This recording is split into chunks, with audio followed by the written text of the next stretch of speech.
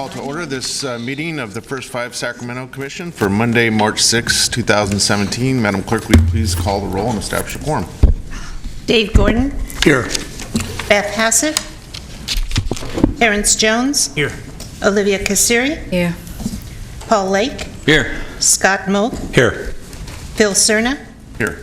Donna Sneringer. Here. Steve Wertz. Here. Lee Turner Johnson. Here. Kathy Kossick. Here. Terry Porter. Here. Christina Elliott.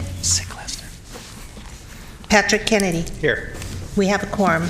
And with Beth Hassett being out today, alternate Steve Wertz will be voting in her place. Very good. Thank you. This meeting of the First Five Sacramento Commission is cablecast live on Metro Cable 14, the Local Government Affairs channel, on the Comcast, Consolidated Communications, and AT&T UVerse cable systems. This meeting is closed caption and webcast at www.sacmetrocable.tv. Today's meeting will be repeated Wednesday, March 8th at 6 p.m. on Channel 14.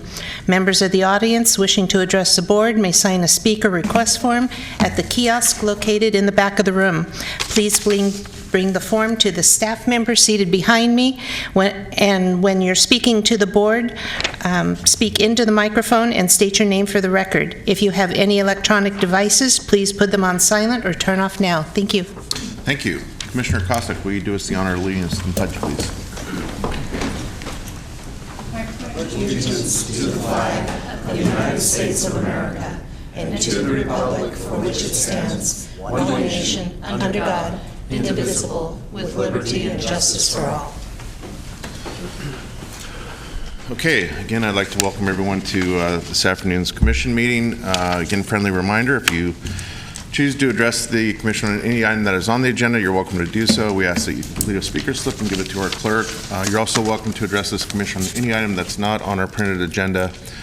We do ask that you keep your comments to 3 minutes so that everyone has a chance to address this commission if they so choose. So with that, our first item, please. Actually, before you do that, sorry.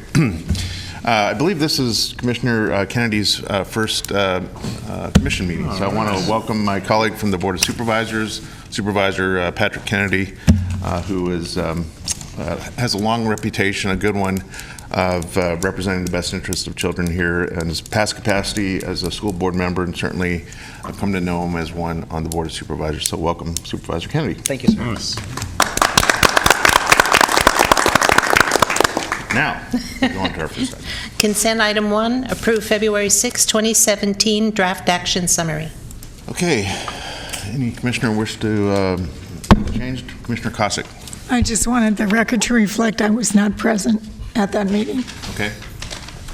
Can we make sure that that is recorded Yes. appropriately? Okay, any other comments or questions or suggestions, changes? If not, entertain a motion. So moved to approve. Been moved by Commissioner Jones. The chair will second. All in favor? Aye. Aye. Opposed? Abstained? Motion carries. Thank you. All right. Next item, please. Item 2, public comment on non-agenda items. Okay. Again, this is the public's opportunity to address this commission on any item not on the agenda. I don't have any speaker slips, and I don't see anyone approaching the podium, so we will assume that that has been exhausted. Next item, please.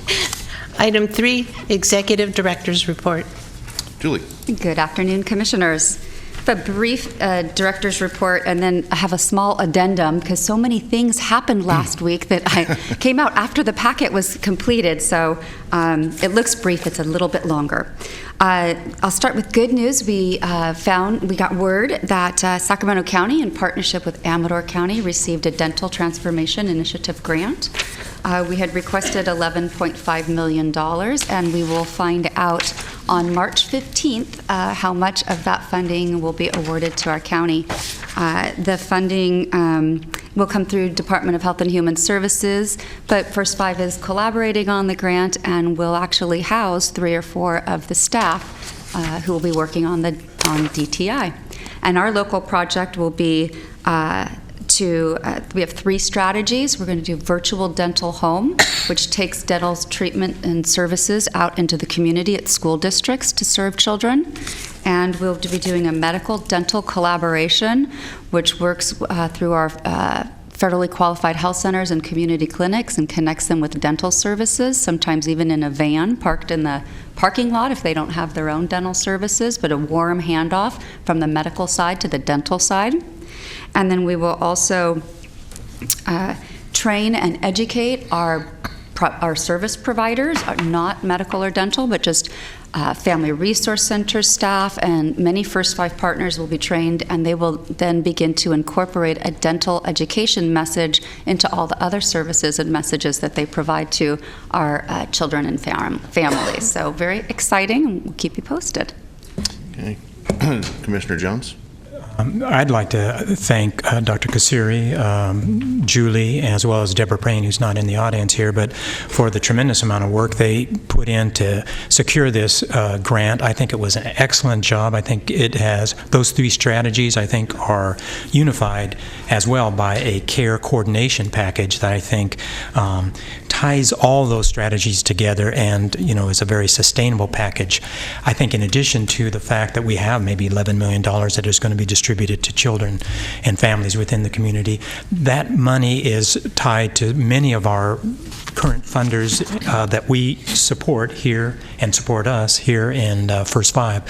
So that money is distributed and I think impacts a lot of beneficiaries, but also our provider base, and has a great deal to sustain oral health and many of the programs that we support. So I think it's a wonderful, wonderful opportunity here. And again, thank you, Dr. Kasiri, Julie, and Deborah. Well said, and certainly you have the chair's support and sincere gratitude for all the work that went into it. Thanks. And we had a few things to add on to our continuing steps, putting kids first. This is the follow-up of our convening, our town hall, as we were calling it. We did get a photo in N Magazine, Natomas Magazine, with Chair Cerna, Carrie Aiello, and Erin Morey, and that went out to thousands of families in the Natomas area to really promote the event. We've blasted out our video, The Future of First Five Sacramento. It's on websites, it's on the association's internet, and it got sent to thousands, I think, of people. So we're getting the word out with that. And to follow up with our school districts, we're working with Children Now, developing a strategy plan in order to talk to school districts more about incorporating early learning into their LCAPS, remember, Local Control Accountability Plan, and then to try to get funding through the local control funding formula to really focus on early learning as part of that. So we will continue to do that. We also had Senator Pan hosted a town hall of his own on his Children's Bill of Rights, and that was on the 28th of February. Chair Cerna was on the panel, as well as two speakers from our convening, Assemblymember McCarty and Craig Cheslog from Common Sense Kids Action. And the event had a lot of parent advocates there. It was another opportunity for First Five to build upon the momentum from our convening and to highlight our key points about declining revenue and the need for policy change. And I will say, just as a panelist, I did everything I possibly could to interject at the appropriate time on this panel the connection between county governance and working with and through our First Five Commission to make sure that we're maximizing the availability of resources for early learning and health for kids 0 to 5. I will tell you it was one of the more trying panel discussions in a town hall setting that I was part of for a variety of reasons I won't go into. I'll just let it be known the bruises are slowly healing. But I thought it was a good opportunity to actually do some pretty general education for those that some that didn't even understand that we have a First Five in each of our 58 counties. So I believe it or not, Erin, I actually look forward to future opportunities to do more of that. So it was great to have you up there. Thanks. I wanted to touch on the Pride and Joy baby shower. I do have a video to show you, which we'll cue in just a minute. But I've been sending you things all week as we've been getting them back from our contractors and from the media, so you know the success of this story. But we had an estimated 232 people walked through the door. 115 of them were pregnant women or new moms within the past 6 months. And just let it be known for the fire marshal mostly that that was during the course of the day, not all at once. So, thank you. There was a few moments of concern, but we made it through. There were lots of RSVPs, but a lot of people that just got the word out through KSFM and Channel 10 and Channel 13 and showed up that day that maybe didn't know about it earlier, registered on site and came in just because of all the media that we had. We had lots of games going on where they could earn raffle tickets, and the games were like creating your own baby bib and just different things, because it's a shower, so you had to have games and you had to have cupcakes and food. And then they got raffle tickets to win really cool essential baby items. And so with that, we actually had 4 different video clips from the different news segments, and we just put them all together into one ongoing stream. So could we please cue the video?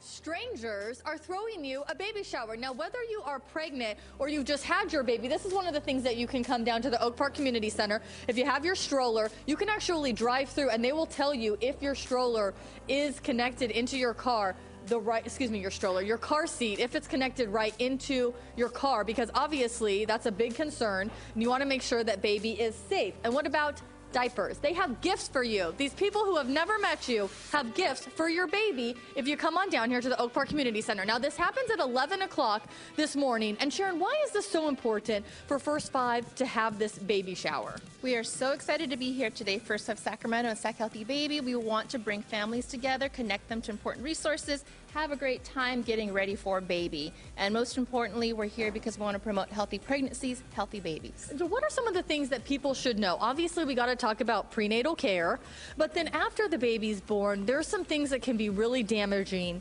to the baby. What are some of those things? People will learn great things here today around safe sleep, around how to handle stress, nutrition, breastfeeding. All these really important things are going to be here today. Okay, and now we're showing you some of these gifts because there's going to be prizes, there's going to be raffle prizes, but not only that, there's some baby shower games as well, because you know, of course, if you go to a baby shower, they have those games. So what's in the bag? They have this game. Guess the number. They have where you can decorate your own little bib, and of course, they have cupcakes, because no baby shower is complete without something good to eat. Now, Sharon, people can come down here 11 to 2. Some people have already pre-registered, but even if they didn't, they can still come down and find out info. What are some of the freebies that they get? Besides the cupcakes, diapers, what else? There are books here, there's baby food, there's more and more diapers and wipes.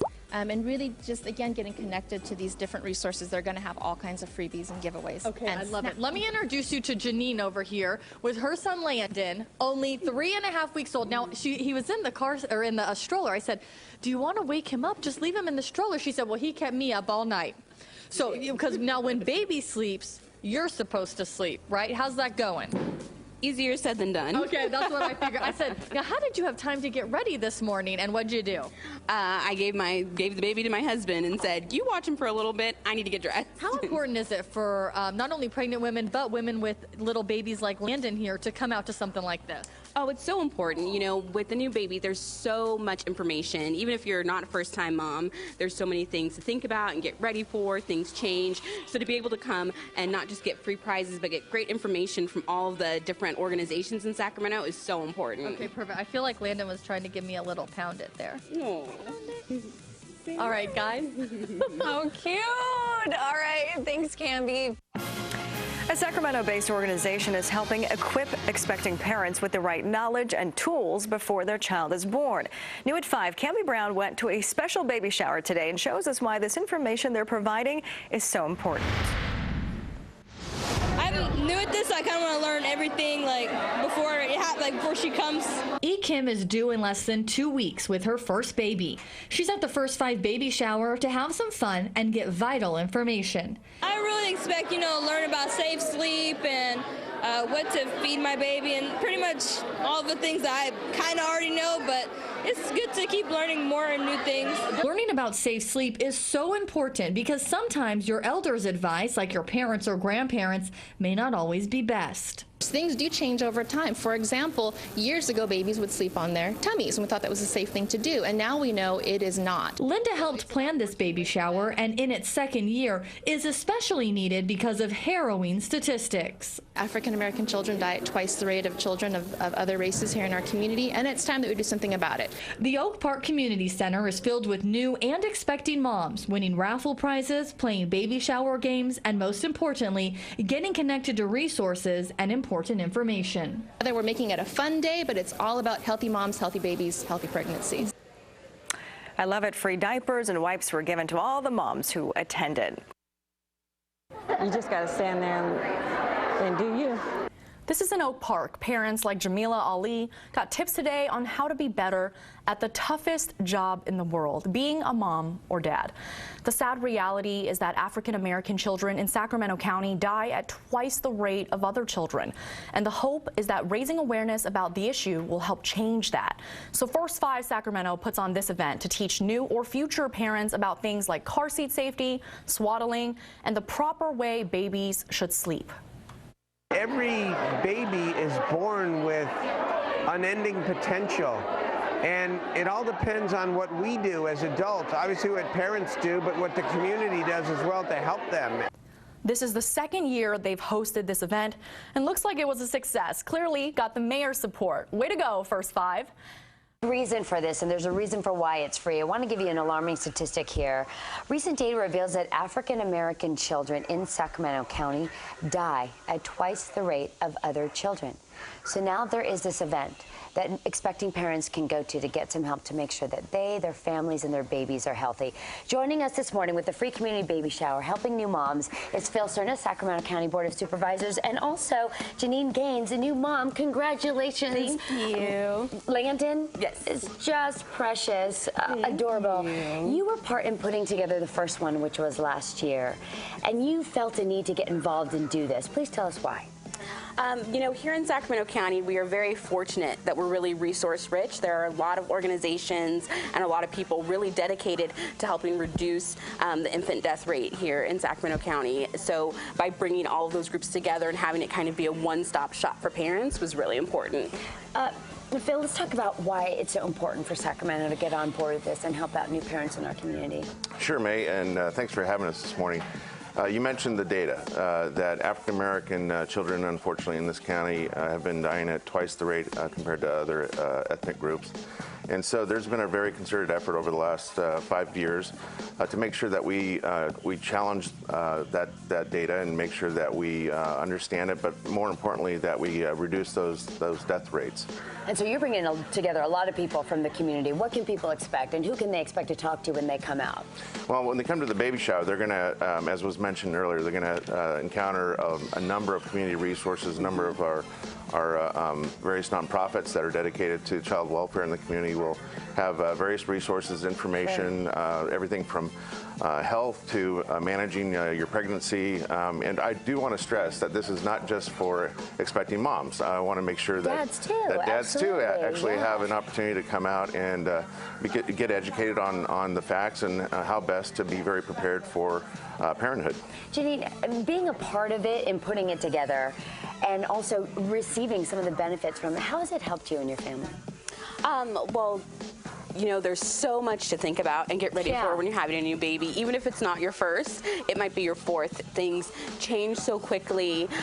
So being able to talk to people, talk to experts, you know, there's so much different information going around. So to talk to the people who are really in the field and study it every day has been so important. Because it certainly takes a village. And a village like Sacramento, Sacramento just comes together and helps out communities. We've seen it so many different times and at different groups, especially how much more important of a group can we get than expecting parents, new parents? That's exactly right. And I would also go a little further in terms of being a local policymaker, that I would challenge anyone to to tell me that this isn't the most important effort that we have underway right now to make sure that kids, regardless of their zip code, regardless of their ethnicity, have the same opportunities at life and living a healthy, long, prosperous life here in Sacramento County. They are our future. Yeah. Very well said. Thank you to both of you. So, new parents, moms and dads, here's the info that you need to take part in this free event, the Pride and Joy Community Baby Shower. Again, it's free. It is taking place Saturday, February 25th. It's going on from 11 until 2 o'clock. You can head out to the Oak Park Community Center. That's on Martin Luther King Jr. Boulevard, again, to take part in this event, which is free for expecting parents. Thank you so much to both of you for being with us this morning. Great community event going on here. Guys, back to you. How cool is that? Anything to take a little bit of pressure off new parents, yeah. Pretty exciting, huh? Got a lot of good coverage out of it. I sent the Observer article to you this morning, so just wonderful. Before we leave Yes. the event, Jill, I just want to extend my thanks again to everyone. And there was a small army of folks responsible for putting on such a successful event. And I was blown away when I got to the actual baby shower. I think we had over 100 people actually lined up at the door before they were open. Yes. So to see the parking lot overflow almost well onto MLK Boulevard there, just driving in the parking lot, I knew it was going to be successful just by way of the attendance. But having a chance to spend some quality time, I spent probably an hour and a half there talking to the various nonprofit representatives and others that were so eager to share what they had to share with new parents, that it wasn't just a feel-good event. It was actually very substantive in terms of people taking advantage of it for all the reasons that were cited in the news clip. So, Yes. Special thanks to Aaron and to Runyon Salzman and to Linda, or is it Sharon? It might be Sharon. And actually, Linda put a great deal of time and effort into this, so I want to make sure that she is thanked wholeheartedly. Thanks. Thank you. Something else that happened last week that didn't make the ED report is that First 5 California launched its new media campaign on February 27th. It builds upon Talk, Read, and Sing campaign. And you'll hear the new campaign is called the Smarter Birds, and it focuses on 3 birds. It's very interactive. It will be all around Sacramento and TV, radio, digital, and social media. And First 5 California is also working with our own partner, Crossings TV, to have it translated into a variety of languages.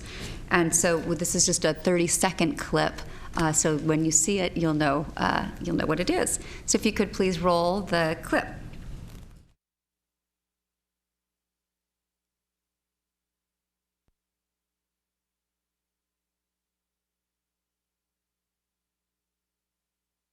From the moment they're born, give them the love that helps them on their way. Talk, read, sing. Watch their little brains grow. It changes everything. Talk with your baby from your heart. Read them a book. It's very smart. Sing them a song. It's a wonderful start. Do it every day. Help them on their way. Talk, read, sing. Go to first5california.com. Pretty cute. And finally, last week, First 5 Sacramento took a historic first step for us to be able to support legislation and policy change.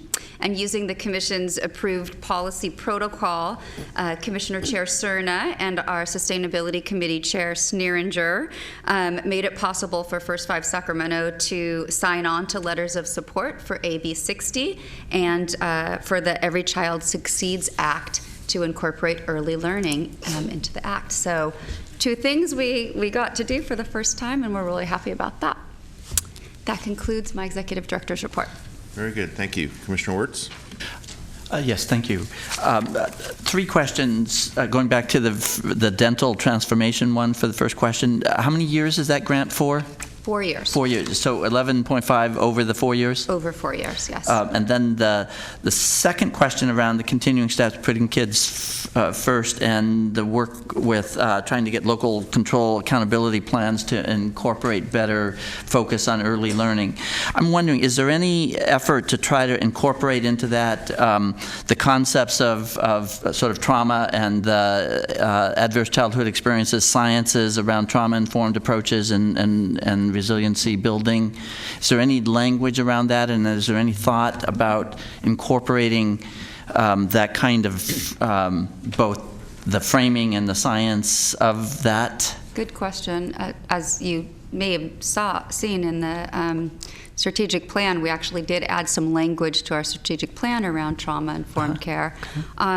So I'm not sure is the truthful answer to that. Yeah. I don't know. I don't quite know yet. I know that Children Now is developing a toolkit to help county commissions and others work with school districts and to be a support for them to make that happen. And I don't know if they're including it, but I'll certainly add it as a question when we get together.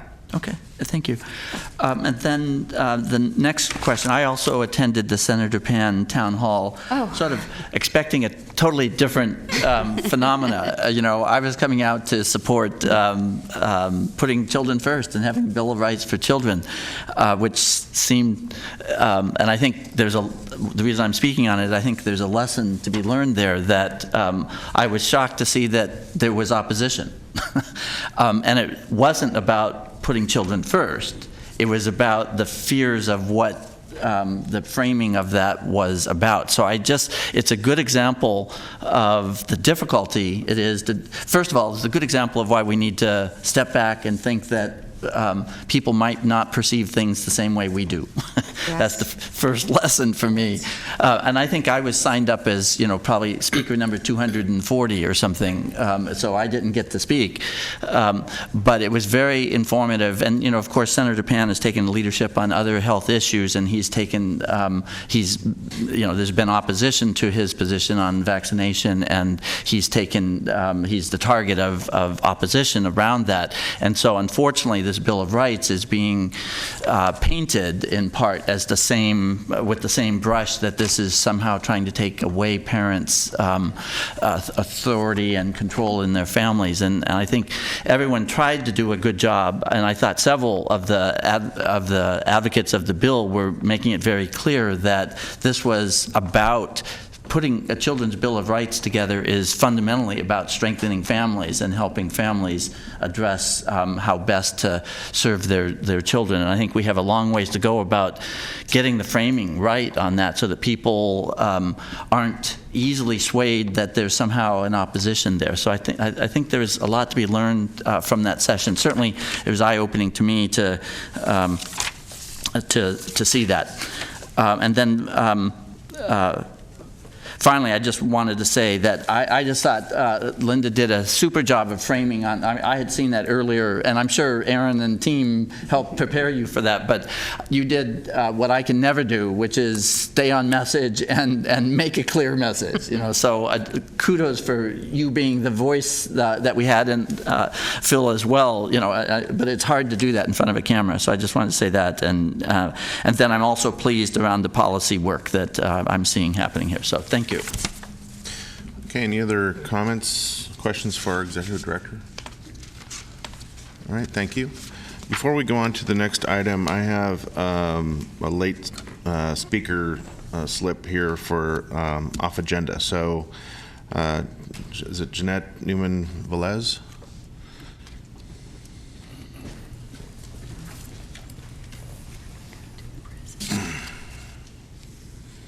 I apologize. Can you hear me? Go ahead.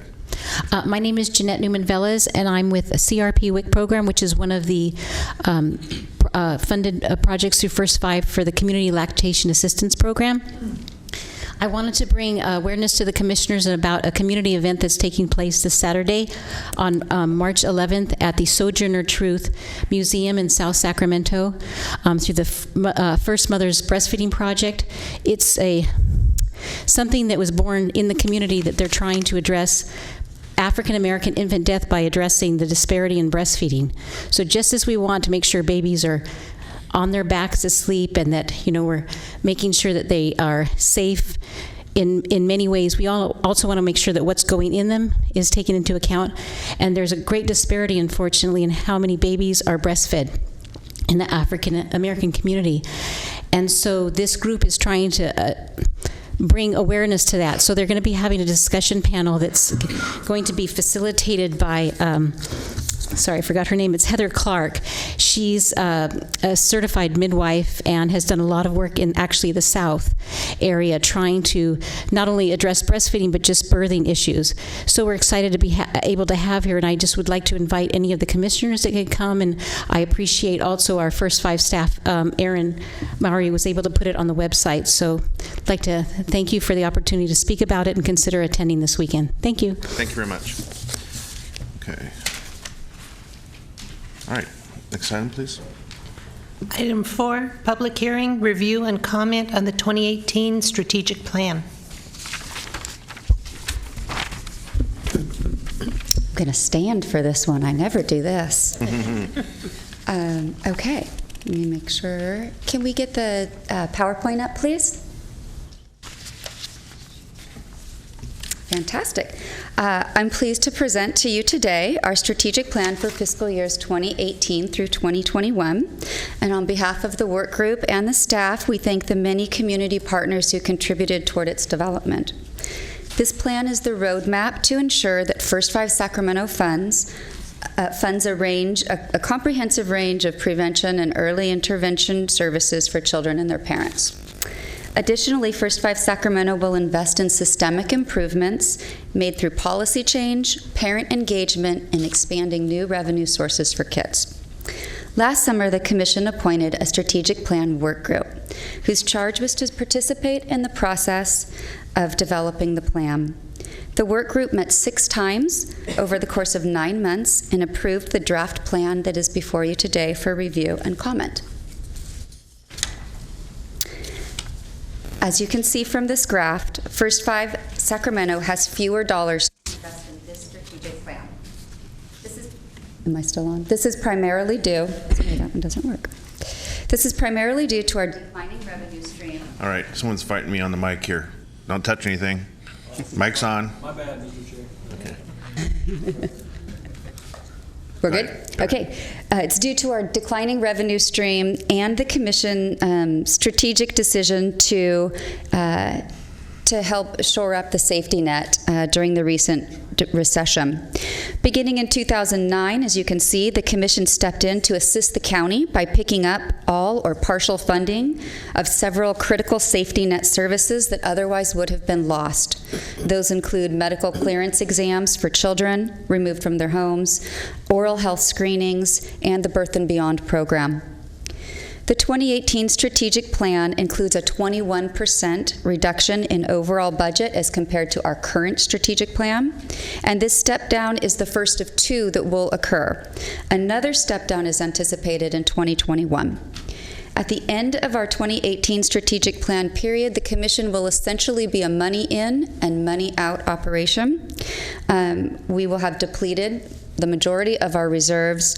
Will hold approximately $3 million in reserve to be kept on hand for cash flow and to make sure that we can pay our contractors. Our strategic plan symbolizes First 5 Sacramento's commitment to children and families. As stewards of public funds, the goal of our investment is to ensure that children receive the best start in life, that parents have the tools to help their children succeed, and that providers are prepared to best serve children, and that the systems serving children are streamlined and efficient. The Commission developed these 6 strategic funding principles, which you see here, and these principles guided the work of the work group through the creation of the new plan. Furthermore, these principles will be used when crafting our 2 complementary pieces to the strategic plan, and that's the implementation plan and the system sustainability plan. So these 6 were critical to driving our planning process. Okay, I'm just going to throw them all up there because that's how I work. Okay, so this slide represents our roadmap for the strategic planning process. In July, we approved the vision, mission, and principles, and in August, we collected data to create a trend report, and that trend report is included in your strategic plan packet. We also conducted 2 community needs assessment surveys, one with parents and one with providers. And then in September, we used a set of agreed-upon criteria to prioritize the 15 result areas in our current strategic plan. We knew that we had to narrow down the number of result areas to stay in line with our strategic planning principles, specifically to make narrow and deep investments. In order to make the difficult budget reductions in a meaningful and data-informed and transparent manner, the work group created a set of prioritization criteria as a lens through which to look at each of those result areas. And we reviewed, evaluated, and scored the 15 result areas. After scoring each result area, we updated the hierarchy to reflect the priorities, and then we gathered community input. I wanted to briefly just tell you what the criteria were. They're in there, but I think they're important to mention. We looked at the severity of need in the community, including disparities.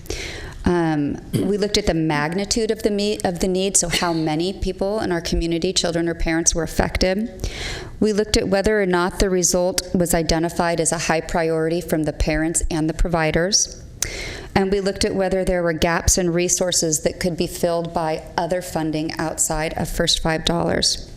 We also looked at First Five's capacity to make an impact and our ability to address disparities and to make systemic change. Those were a lot of criteria that this work group worked through on all 15 result areas to provide you with this new hierarchy. So the 2018 strategic planning process was intended to identify the results which had the greatest needs and therefore required sustained First Five investment. And conversely, other result areas were found to have other resources that could potentially offset First Five investments. Or they had areas that could be impacted through policy change or systems work. Therefore, First Five Sacramento is going to use a 2-pronged approach, which you'll be able to see in a strategic hierarchy, to promote our desired results. We will focus on direct service efforts. Those are the ones in yellow. Those direct services are made possible through our partnerships, our contracts with community-based organizations and public programs. And then we will also fund systems sustainability efforts. Those are the green boxes. And our systems efforts will include policy change at the local or state level that improves the way systems serve children and families.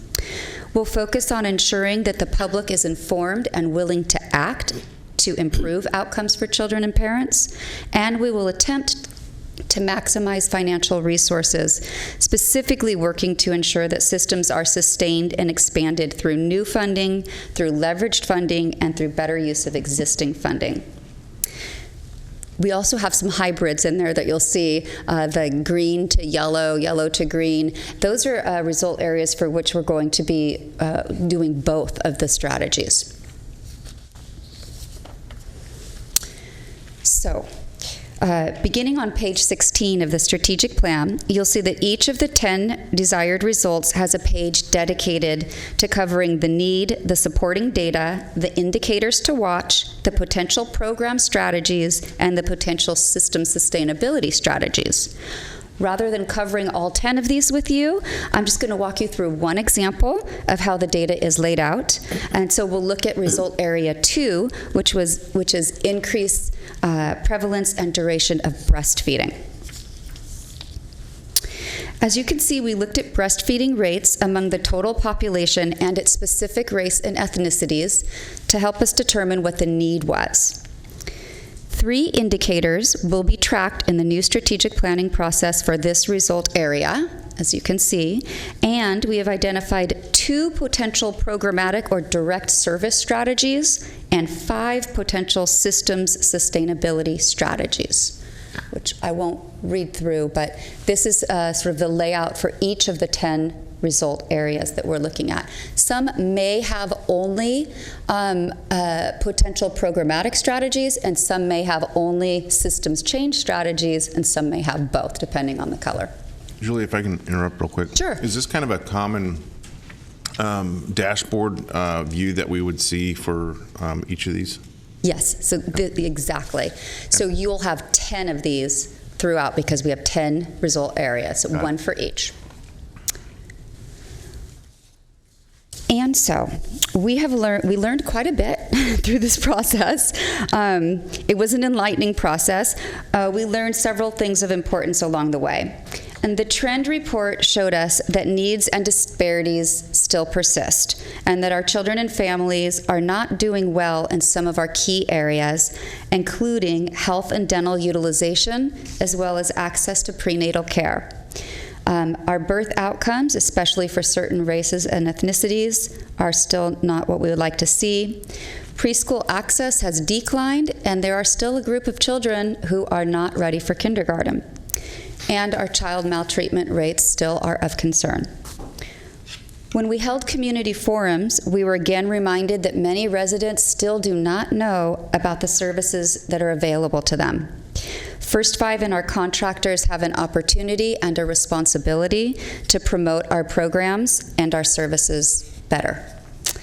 We can't meet the community needs alone, and this plan helped us identify areas where we think there's potential to tap new partners or new resources, and that additional work will sort of be laid out in our system sustainability plan. And finally, we can and have to be more strategic with our financial resources. We found several results for which other funding streams could be tapped, thereby reducing First Five's investment. Those include MA claiming, Medi-Cal billing, and potentially accessing the Affordable Care Act to get the services that are supposed to be covered there. Because of our funding reductions, it's imperative we draw upon these whenever possible in the future. This slide lays out our 3-year spending plan with a little over $60 million invested, or about $20 million per year for 3 years. As I mentioned, we have a 21% reduction for the new plan period over the final year of our current strategic plan. 90.5% of First Five investments are directed toward programs and services, 6.8% toward administration, and 2.7% toward evaluation of our investments. What's the asterisk? That was something I left on there from before. It was to remind me to tell you how much of a percentage they are, but you don't really need that asterisk. To remind the chair to ask you the question? Okay, got it. Exactly. Okay. Our final big slide here. As mentioned earlier, the strategic plan sets the frame for what we want to achieve.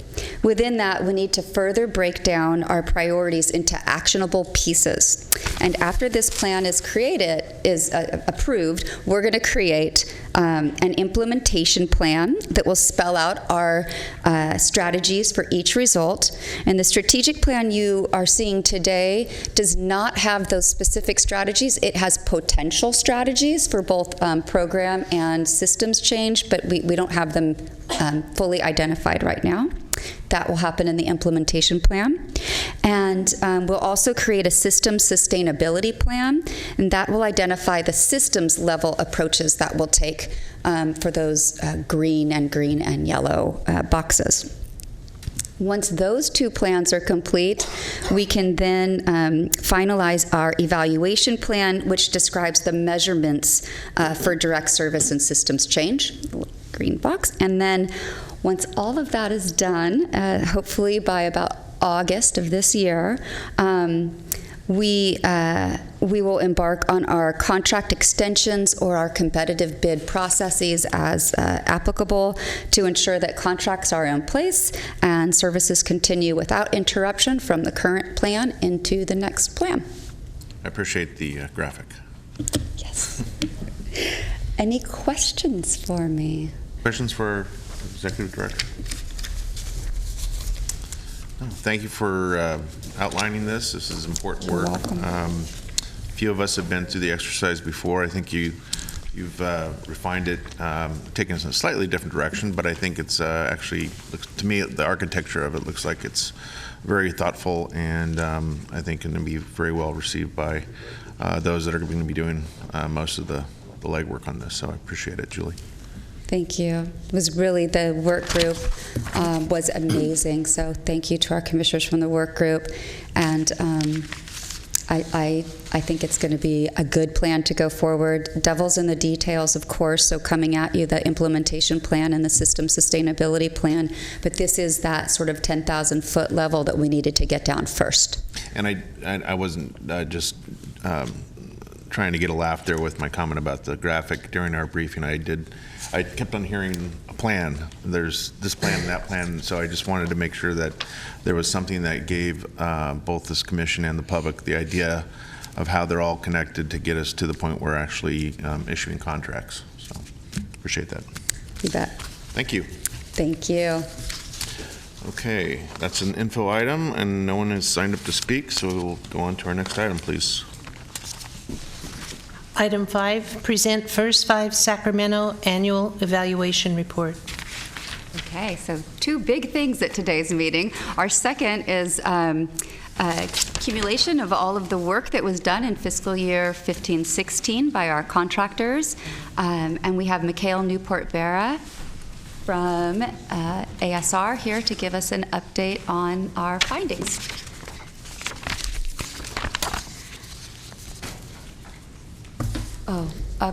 Commissioner Cerna, because it was a public hearing, did you have to do anything formal to open and close anything, or? Not according to my script, and I'm looking at our counsel, and he's saying no. Thank you. Just wanted to check. All right. As Julie said, my name is Mikhail Newport-Vera. I'm from Applied Survey Research, and I'm very happy today to present the results of the evaluation for fiscal year 2015-2016. All right, so just a quick overview of the purpose and methods of our evaluation. So our focus when we were developing the evaluation plan was really to be able to say something about progress towards items outlined in the strategic hierarchy. So Julie showed you the new and improved strategic hierarchy. Just to remind you, we're working off the version for this cycle right now. So we have the same 3 priority areas, and then the goals under that, and then the results under that. So we specifically identified indicators to address those results. As far as data sources, the service data we used came primarily from Persimmon. So many programs do provide individual level service data that we were able to access. Some programs only provide aggregate level data, usually in the form of quarterly reports. We also drew data from the Family Information Form. So this was a new form we had developed for this fiscal year, and we're continuing to use in the current fiscal year. But so it looks at demographics as well as questions related to specific indicators. It includes a side for parent information as well as a side for child information. Most programs are participating, the ones that have individual level data. And so clients complete it at intake, and many clients also complete it at follow-up 3 to 6 months later.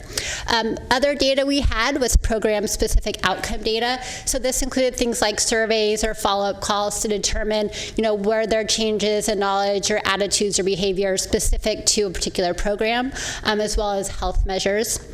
And then finally, you'll see some highlights from in-depth evaluations that are conducted. So there are 3 areas that conduct in-depth evaluations. Those are school readiness, effective parenting, and then reducing African American infant deaths. So you'll see that while each of those has their own full report, we will show you some of the highlights as they relate to the strategic hierarchy. All right, so a quick overview of the profile of first 5 clients for FY 15-16. So you'll see a little over 60,000 duplicated clients, and that included nearly 23,000 unduplicated clients. About 8,500 were children, and nearly 8,500, and then 15,000 were adults. In terms of the demographics, you'll see the pie chart below showing race ethnicity. About a third were Hispanic Latino, another 19% African American. In general, these 2 groups are overrepresented in the first 5 clientele compared to the county as a whole, whereas whites and Asians tend to be underrepresented compared to the county as a whole. If I can interrupt, a couple questions. Where do we draw the line? How do we determine whether the client served is an adult versus a child? And that may sound like a silly question, but if you have a child being served, obviously it's a family being served. So how do we make that distinction? So first, just to clarify, the demographics here are for families, but as in terms of parent and children, I mean, a lot of that comes from, and Carmen, I don't know if you want to speak to this at all, but some of it is, in parsimony, how children are reported. I will say that for the family information form, we do collect, there are certain programs where the parent is a primary participant, but we do collect the child's data with the assumption that, if a parent participates in a program, we're going to see benefits for the child that we may be able to see on that form. And then in terms of the unduplicated client distribution between child and adult, do we know is this pretty typical in terms of the percentages to other first 5s across the state? I'm not sure I can speak to that. We don't have comparison data. We can get that information, though, however, and you'll see more of this. You will see next month, actually, we will come to you with the First 5 California report, which will have this information, and I can make a comparison at that time for you. I'd be curious to know what that looks like in other counties. Sure. Thanks. Great. And then as far as primary language, most reported their primary language is English. Nearly a quarter did report that Spanish is their primary language. So now I'm going to go over the services and outcomes that we found according to the goals in the strategic hierarchy. So in the report, you'll see it's laid out by result area, but for the purposes of the presentation, we're doing it kind of at the goal level. So there are, I will warn you, a lot of numbers in this presentation, so I may not say all of the numbers that are on our slides, but I think it's important for you to get a sense of kind of how many people are being served in each of these programs as we go through. So to address this goal of access to health and dental care, Hearts for Kids provided medical clearance exam and dental screening to nearly 500 children in protective custody. So we saw that about 2/3 were referred for dental care, and of those who got a developmental screening, about half were referred to a service. And of the 485 that were screened, 6 children were found to be physically or sexually abused. Sacramento Covered provided healthcare navigation services to about 1,700 children, families, and pregnant women. They also provided one-on-one education to most of those people. They helped to schedule 340 appointments and make sure that 226 appointments were actually attended. In regards to the dental part of this goal, the Smile Keepers mobile dental program provided dental screenings to about 8,000 kids. Most of those kids also received 1 or mostly 2 fluoride varnishes. They also provided oral health education to about 500 parents at WIC sites. So as far as children are born healthy, as you know, what the primary component for this goal is reducing African American infant deaths. So the Cultural Broker program is a big contributor towards this goal, and they served 440 women, African American women, during the fiscal year. We saw some really positive trends in terms of outcomes. So comparing the rates of low birth weight and premature births for babies born to Cultural Broker participants compared to African Americans in the county as a whole, we saw much lower rates, especially for premature births. So the next goal is children are healthy. So WIC's Community Lactation Assistance Program contributes to this. They served about 5,000 mothers, providing support to help them breastfeed. And again, we saw positive outcomes with the 6-month exclusively breastfed rate being 22% among WIC participants compared to a national rate of about 16%. And then another program was Safe Sleep Baby. So they provided workshops to providers as well as parents to promote safe sleep practices. And then home visitors also provided information to parents about safe sleep, and cribs were also distributed. So looking at parents who participated in a workshop, received a crib, and filled out that follow-up survey, over 90% said that they were performing all 5 safe sleep practices. And again, regarding the dental component, so Smile Keepers does provide the results of the screenings that they conduct. We see among those approximately 8,000 kids, about 29% needed non-urgent dental care and 6% needed urgent care. May I comment on that? Or Yes. Want to wait till the end? Either way. Go ahead. I noticed, and I guess I'm just looking carefully at this, wonder why, dental, but one of the things was Smile Keepers provides oral health education. And I think that's oral health education, I believe, just wanted a kind of confirmation of that, is embedded in all our providers, part of their planning and programming. And it seems like in one of the evaluations in your strategic plan, you mentioned that perhaps dental health was ranked a little lower, and I'm thinking, given that this commission funded a study by Barbara Avid that talked about the education being not quite up to par, and that she recommended that we have a robust education program that tracked kind of before and after measures, making sure that they understood that the first tooth, first birthday is a key point of, having a well baby check is not just a physical exam by a medical doctor, but also by a dental. Anyway, some of the educational components and having it tracked in a data rich way, I think, would be helpful in seeing how effective that education has improved with our contacts. Mm-hmm. I appreciate that comment. And one thing that was not included in the presentation, because we couldn't include everything, is that of the 600 people or 500 people that received that education, there was a very small group, I think about 50 people, who they actually did get some follow-up data on, showing that the education was effective in at least increasing knowledge about those concepts. So that could be used as a model, perhaps, in how we talk about these things with other parents. Commissioner Wirtz. Just because we stopped, I'll go back and just highlight one thing about the infant programs. So you showed a very powerful findings that the African American sample that received services had both lower birth weights and prematurity.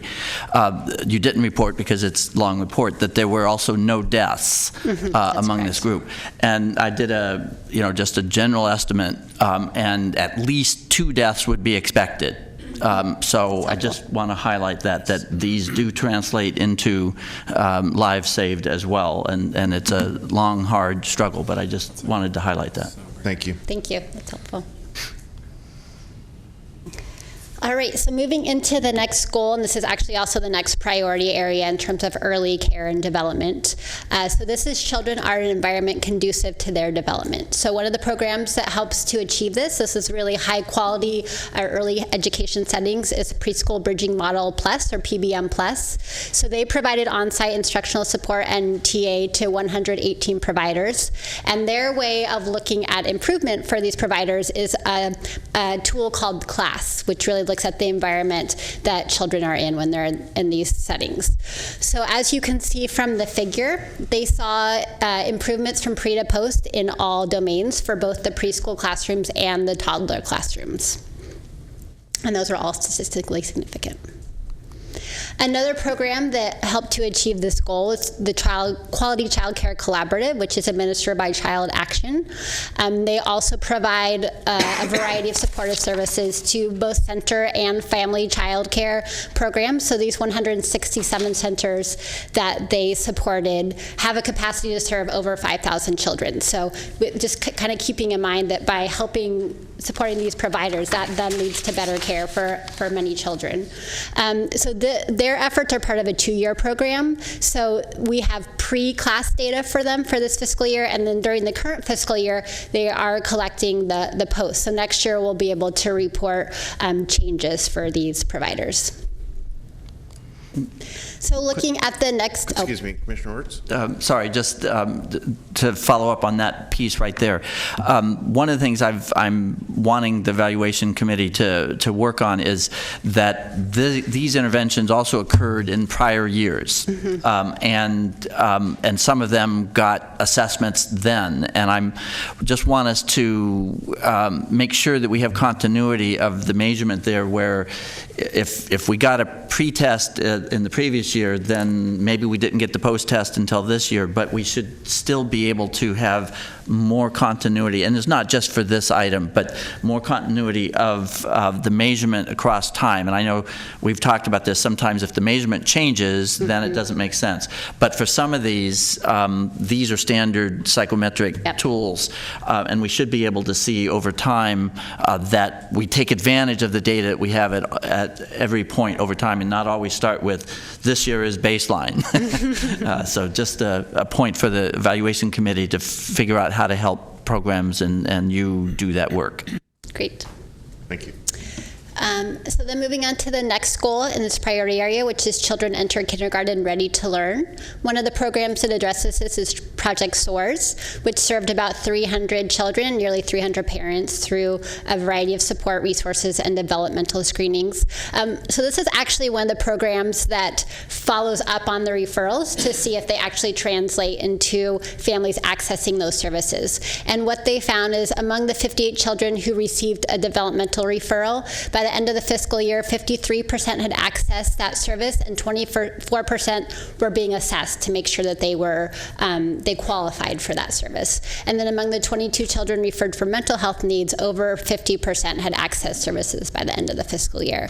So this is something Steve has talked about a lot in terms of wanting to really see, do these referrals translate to services?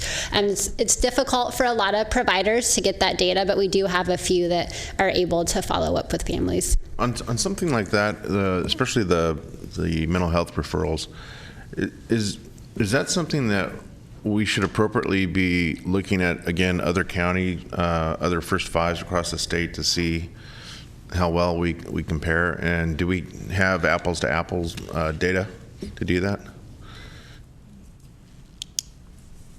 We can look into that, yes. I mean, it's great information, but it needs some context.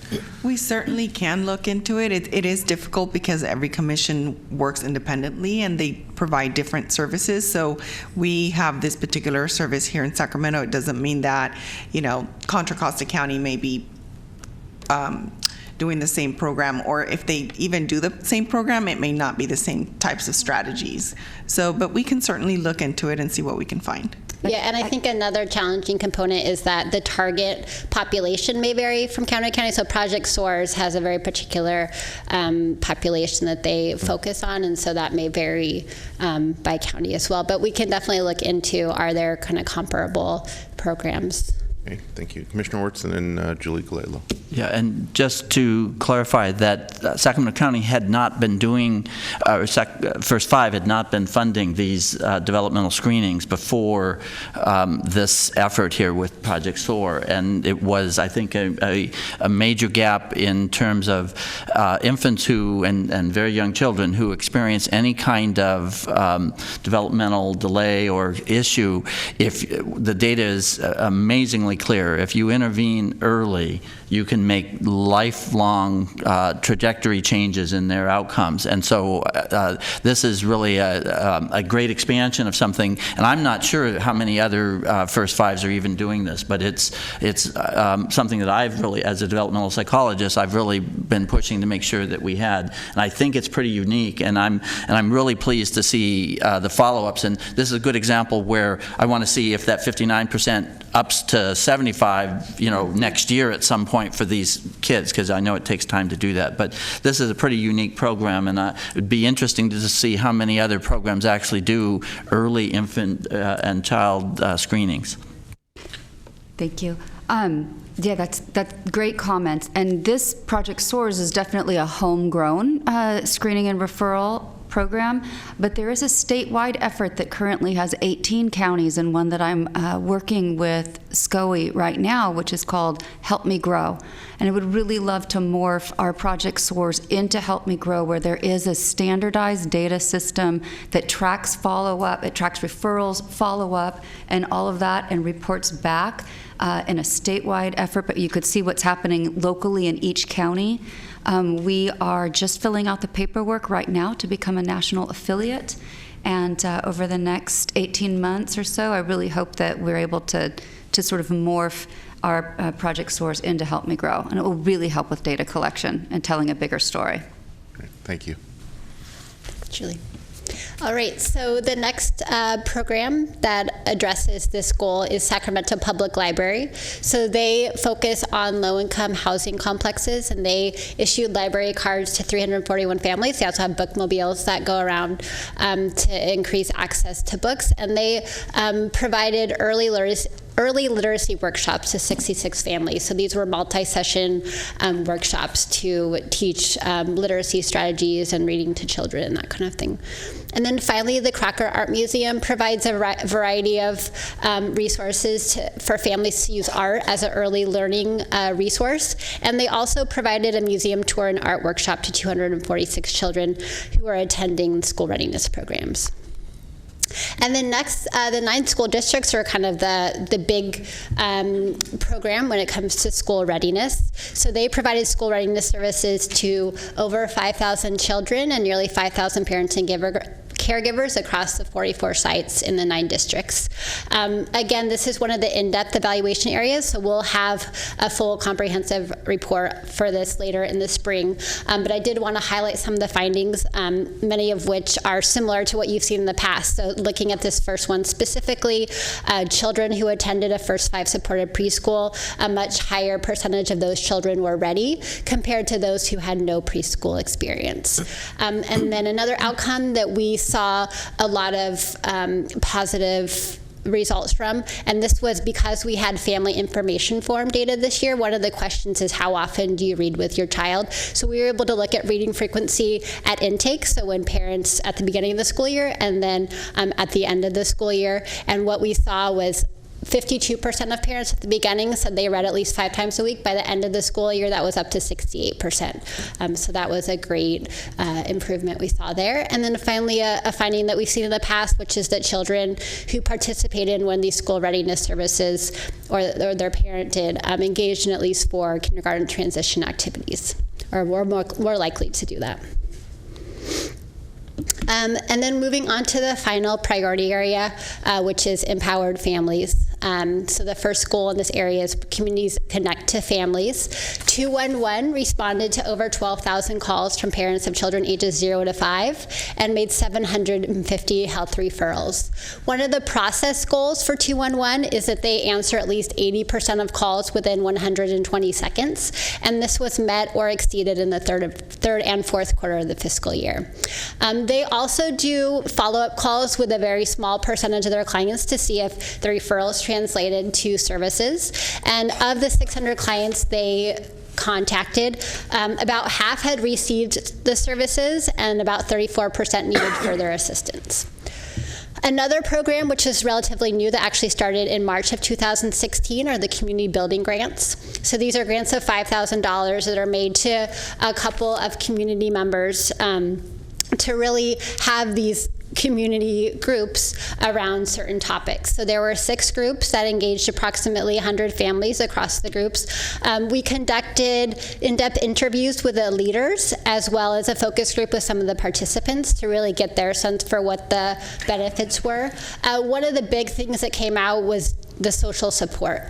So this was for parenting in general and just being able to talk to other parents, but then also issue specific. So, there were groups for fathers, groups for English learners, groups for deaf parents, and to be able to talk to parents who are dealing with those specific issues was really powerful.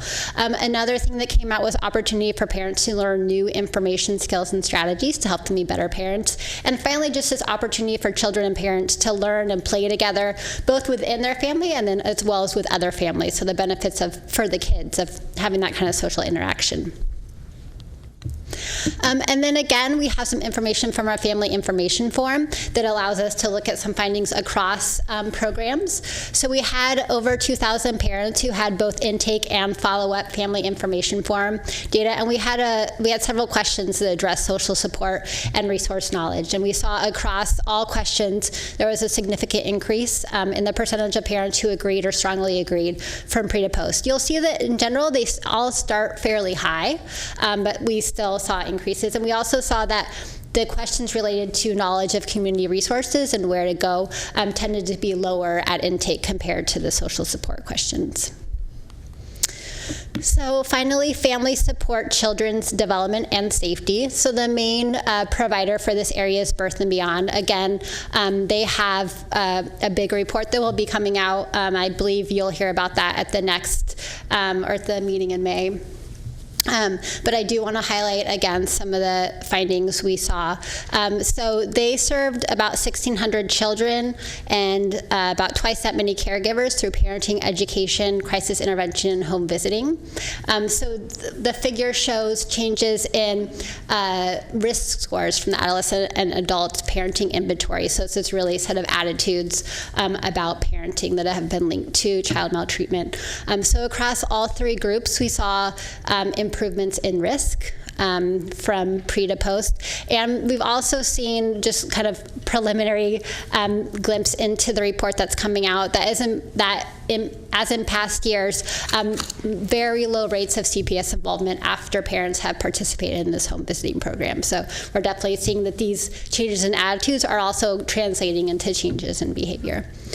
And then second in this area is crisis nurseries. So they served about 600 children, nearly 400 families. Parents report their stress level at intake and exit. And we had about 60% of parents who reduced their stress level during this time. And most parents agreed or strongly agreed that they were better able to solve crisis situations after receiving services. There's also a high level of parent satisfaction with the care that their child received. And finally, we looked into how many times parents use the services during the fiscal year, just to kind of get a sense of, is it they just come and they get that issue addressed and then they're good, or is it kind of an ongoing thing? And we did find that nearly half of families had more than 2 stays during the fiscal year. So it's possible there could be even more if we include previous fiscal years that had more than one use. But I think that's definitely something to look into and kind of think about how we expect this service to operate. So finally, some next steps for evaluation. As I mentioned, we get a lot of service data, pretty much all of our service data from Persimmon, and I give Carmen a lot of credit for the work she's done this past year to really increase the quality of that data to ensure there's consistency in the way contractors are reporting the type, the duration, and the frequency of those services. So we're just continuing to have even more consistency there. We're also, to the extent we can, trying to get even more individual level data. So this year, Smile Keepers is piloting a form that will actually be able to get individual level data for children and be able to look at, that first and second screening for individual children and look at their characteristics so that hopefully we can kind of say more about the impact of those services. And PBM Plus has also been providing us more individual level data as well. We're also in the process of trying to get more precise numbers for first 5 clients. So this applies specifically to the WIC breastfeeding program. So in the past, they've been able to give us numbers for all WIC clients, many of which include first 5 clients, but they've really been trying to figure out how to flag those first 5 clients in their system so we can look at their outcomes specifically. And then finally, increasing the number of clients who complete the follow-up family information form. So we saw a lot of positive trends with this data, but it's still a fairly small percentage of all the parents who are served. So the more parents we can get data from, the more robust conclusions we can make about the impact of our programs. So that is my presentation. I'm happy to answer any questions. Great, thank you very much. Any questions? Commissioner Wirtz. Both of these reports, the strategic plan and the annual evaluation report, were done through the Applied Survey Research Group, and I think some real credit goes to your work on both of these efforts. I think you've made it easy for us to work with, and I think the results are. I think you've been able to show us what results we have, what limitations we have, and so on. So kudos to, I think, our contractees who are doing this work. But of course, the staff at First Five and Carmen in particular, in terms of Persimmity, have really indicated a commitment to using data effectively. And I think even with our providers, we've had some evaluation committee meetings where the information is shared, and I think providers better understand why and how the data can be used, and I think that all goes together to keep us working on creating data that's useful for us to look at and see how do we improve programs on it. So overall, I think this is really a good indication of our efforts to try to use data effectively. So thank you. Great, thank you. Any other questions or comments? No, this is terrific information. Appreciate it very much. Carmen, you're being thanked gratuitously for a job well done. So continue the great work. Thank you. Thank you. Okay. No one signed up to speak on that, and that is also an info-only item, so we don't need to take a vote. Next on the agenda, please. Item 6, Advisory Committee update and appoint Emily Bowen. Okay.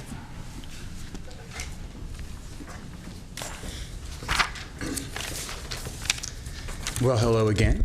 I want to give you our report on February 10th, 2017. For the record, can you let us know who you are?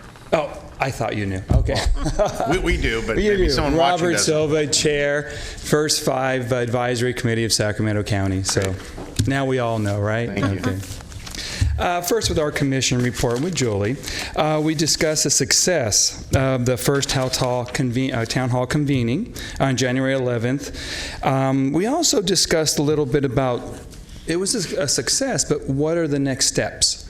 Where do we see this going, and how are we going to build momentum off of this? Because it was obviously, and I'd like to personally state this, thank you to Julie and the staff. I attended that event. It was a great event. But we also want to see that moving forward. We started something, let's keep building.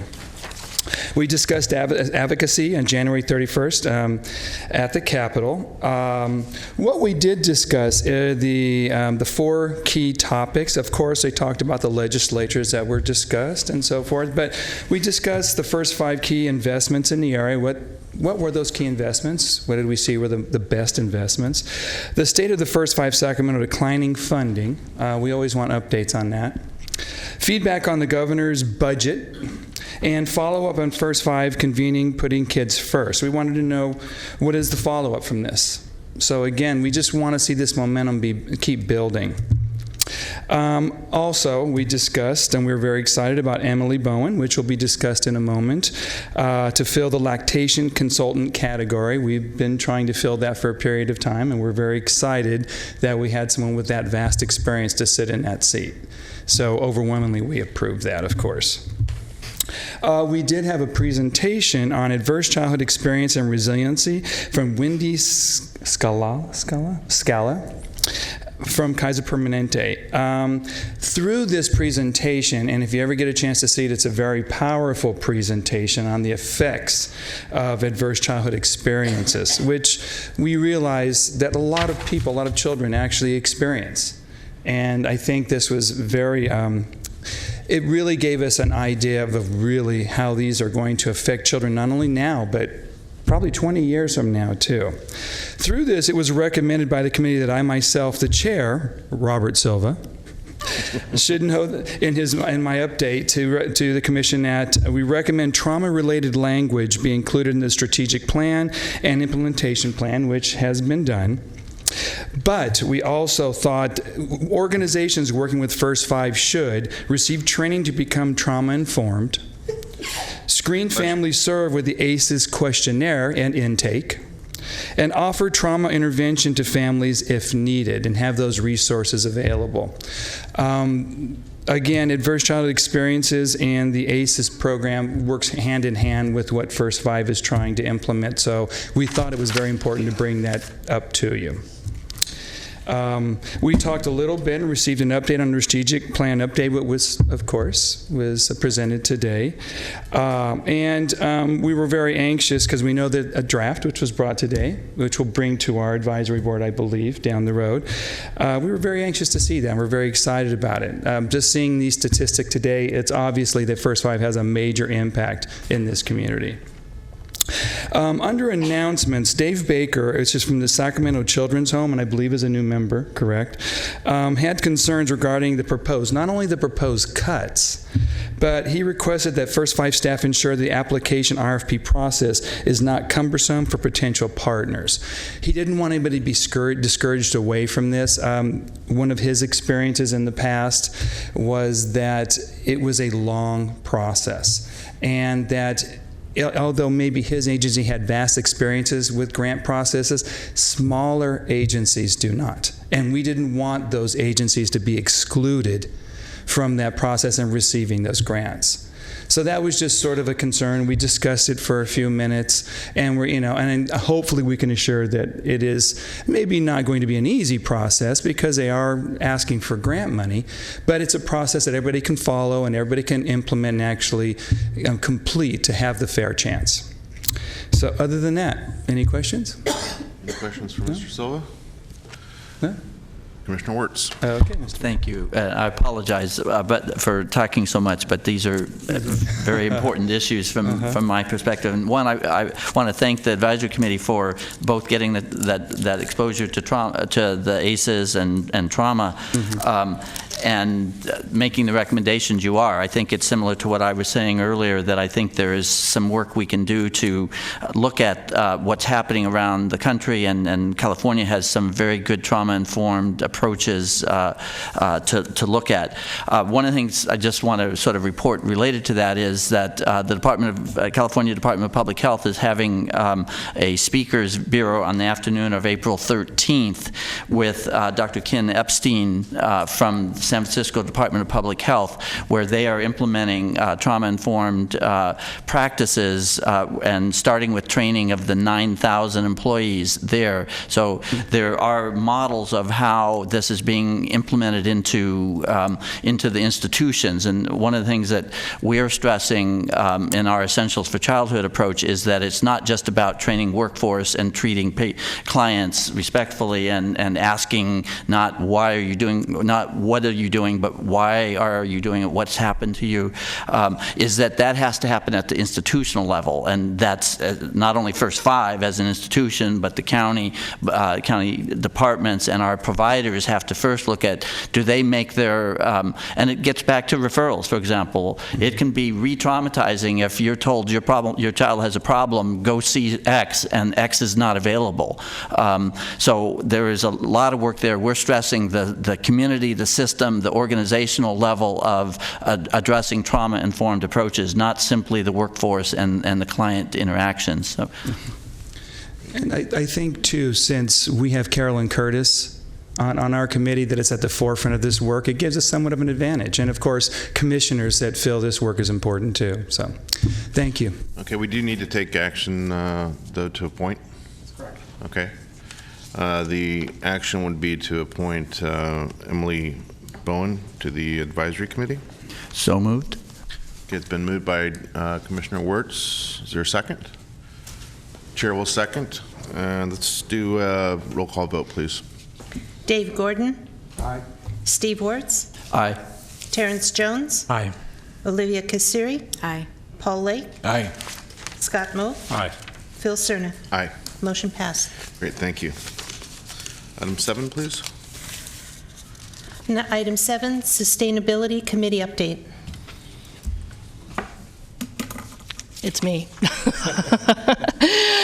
So we had our Sustainability Committee meeting a couple of weeks ago, but I feel like we've been working in between, so it seems like it never really ended. We I am very excited to report that we actually are on record taking a position on a piece of legislation. It's something that many of us have talked about for quite a long time, and I think that this was our first chance to try out our new process that we approved in the fall, and I'm pleased to report to you that we are supporting AB 60. And just to give you a little bit of an idea of why it falls into our protocol, we have a systems result area related to access to affordable child care, and this bill would increase the eligibility level for families accessing child care services. So currently families are eligible up to 70% of the state median income, which is lovely, except we're using a chart from 2005. So this bill would bring it to the current chart, and it would also implement some policies to allow families to have more stability once they are enrolled into a child care program. So I think it does meet our criteria of working to expand access to affordable child care, and it actually has its first policy hearing tomorrow in the Assembly Human Services Committee. So we'll keep you up to date on that. We also signed off on a letter to include early childhood education in the ESSA plan that the state is developing, and we did that in partnership with Children Now, who we have worked with as part of their Pro-Kid group. I can't remember what they call it. That's it.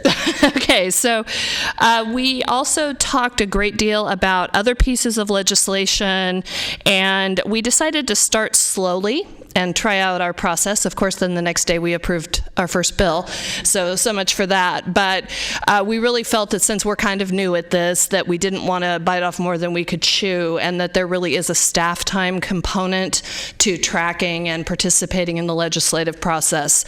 So we have invited Margot Gould from the First Five Association to attend our next meeting to inform us of what bills the association is going to be taking positions on, and then based on that we'll make some decisions about our priorities and what we'll recommend to the commission going forward.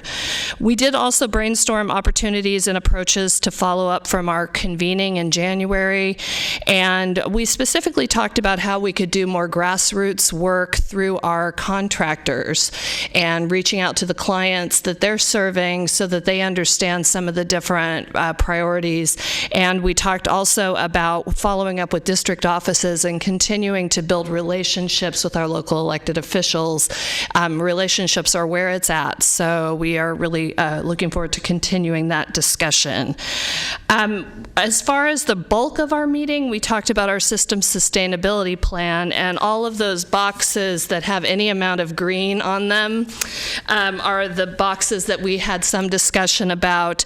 We looked at what would be policy and advocacy objectives to meet some of those goals, and we actually have deferred to staff to come back to us with some prioritization, because we really need to be cognizant of the amount of bandwidth that they have to tackle these larger systems issues and think through if we have to prioritize what would come first. So we will continue to work on finalizing that, and it will come to you in tandem with the implementation plan. Very good. Thank you. Okay. Last item is Commissioner's opportunity to make statements or ask questions. Commissioner Wirtz.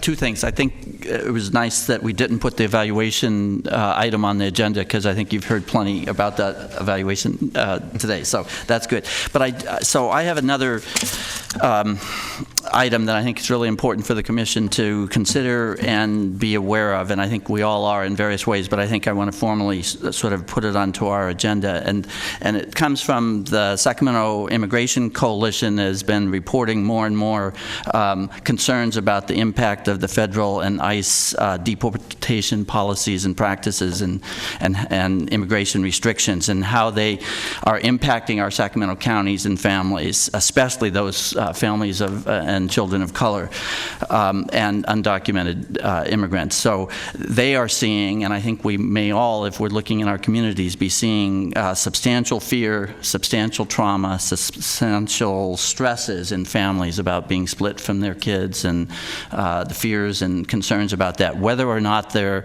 legally here or not, if they look different than me, a white privileged male, then they're at a much higher risk than I for being, and they're therefore facing a much stronger stress and concern. We know, as Robert was just saying, and I've said before, we know from ACES Sciences that institutional and structural barriers, racism, discrimination, produce traumatic and often toxic stress that have lifetime impacts that translate to, as Dr. Kosseri knows, that ultimately translate to early deaths from a variety of chronic diseases. So given that, I am asking that both our commission, the staff, and our sustainability committee look at what policies and practices in Sacramento County exist or could exist or be put in place that would minimize these negative impacts and potential toxic stress to our families and children. For example, and I'll be explicit, that Sacramento County law enforcement currently supports ICE in maintaining an ability to in holding people in jail. They allow ICE to come in beyond the time of the appropriate release of those people to be subject to potential ICE restrictions. And unfortunately, we receive something like $7 to $8 million to do that. And that means our money is being used in part to cause stress and harm to our families. So I'm looking for us to look at ways that we look at how our county resources are being used and or can be used to reduce rather than increase the stress on our families.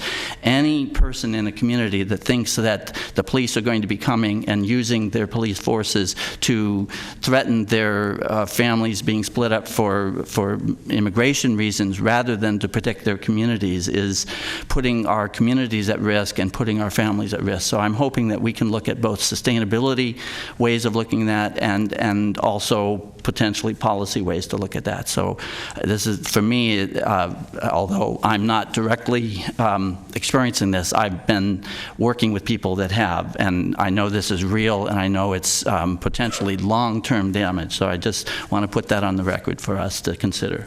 Thank you, Commissioner Wirtz. I couldn't have said it any better. And I'm going to look to our council. That's something that, Rick, we could schedule as a informational item addressing some of the sub-issues or the questions that Commissioner Wirtz just mentioned at a later commission meeting, is it not? That's correct. Okay. So through the chair's office, I'll work with you, Julie. Perfect. So that we agendize that appropriately, and maybe Commissioner Wirtz, if you want to join me in trying to shape maybe compartmentalize some of the information that might be shared, that would be helpful. Certainly, I would appreciate that, and I appreciate your interest and willingness. Very good. Commissioner Sneeringer? I just wanted to follow up on an email that Julie sent out to all of you about Speaker Rendon's Blue Ribbon Commission on Early Childhood Education. They held their first meeting this morning, and it is being co-chaired by Assembly Member Christina Garcia and our own Assembly Member Kevin McCarty.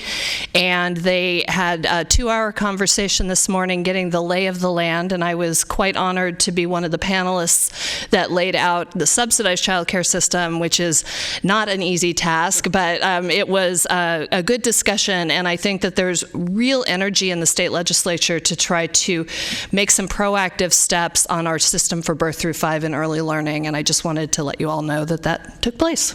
Great. Thank you very much. Okay. If there's no further business before this commission, we are adjourned.